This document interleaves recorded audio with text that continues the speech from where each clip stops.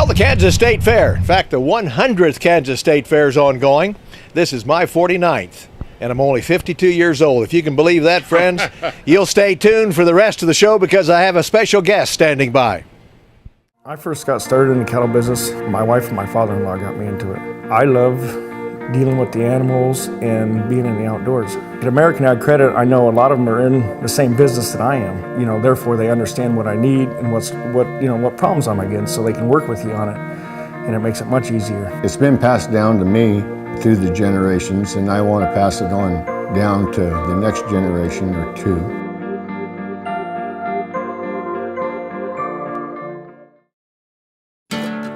At Case IH, we are committed to being in the field, working with producers. That's why 2/3 of our experts are out there helping them with on-site solutions to increase power, improve efficiency, and maximize their productivity. The world of farming is changing, and we'll be there to ensure you're ready. I'm ready. Visit your local straw dealer today. Senator Pat Roberts is with us here at the Kansas State Fair, and we're still waiting on a farm bill. And Senator Grassley says, boy, well, I'm optimistic. We'll get her done in the 9 days. We're going to go back to work. And I got to tell you, Senator Pat Roberts, I have a tough time believing that. Well, I think maybe Chuck Grassley just had his daily glass of ethanol. I don't know.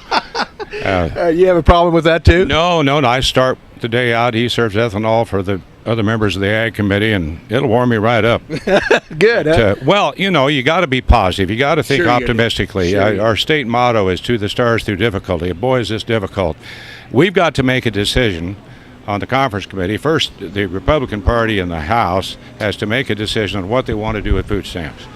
Now, some are saying we could cut $40 billion. I had a bill on the floor of the Senate that would have cut 36. It doesn't cut anybody's benefits. It simply looks at the eligibility, puts in some reforms, saying you can't advertise with millions and millions of dollars. I got 42 votes. That shows you where the Senate is. Wow. So there you are. Now, they picked up on my bill, added a few things, and they're trying to come together and say, okay, separately from the farm bill, this is what we would like to do with the nutrition bill. Now, I really don't think it's a very good idea to separate the two bills. That's 83% of our funding. I know that. I know the program's out of control. I know a lot of farmers and ranchers say, why do we have to put up with this?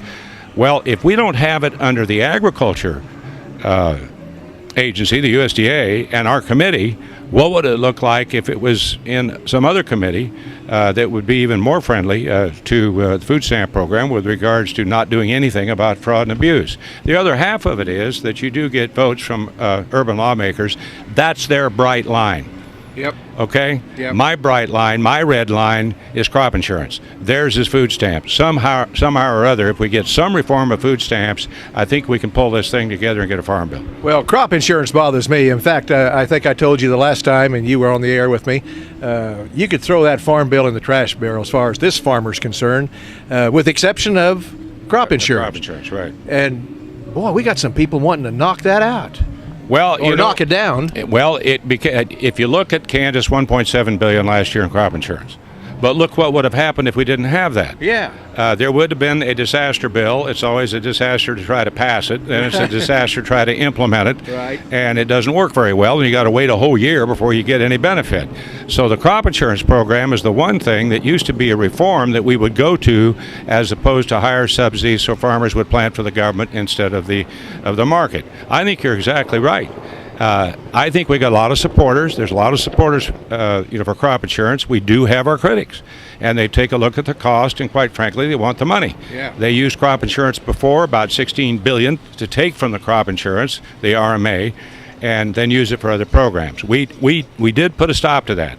And so I hope we can continue that in the that's why I'm there. Is why I'm there. Is there better than a 50-50 chance, Senator, we can keep crop insurance as it is today? In your mind? You bet. Better than 50-50. You're going to have explosions going off if that's not the case. Is there a 50-50 chance we'll get a farm bill? Yeah, I think we're going to get a farm bill. I just think you have to be optimistic. As I've said to you 100 times, the farmer wouldn't put the seed in the ground if he didn't think he'd have a crop. But we got seeds out there that are a little bit disparate, to say the least. And we just have to solve this problem and put our heads together on the conference and get her done. Quickly, what about the farmers you talked to at the fair? Attitude? Well, they're befuddled. You know, they want certainty. They want a bill. And they don't want another extension. They want a bill. I have given up in regards to my roiling the waters with speeches against the Farm Bill, but I just want to get a bill, get it certain. I will live to fight another day in regards to the direction of the Farm Bill, but we got to have crop insurance. Senator Pat Roberts, thanks for being with us, Senator. You bet, Larry. And that's it for the Steckline Report this time around. See you next.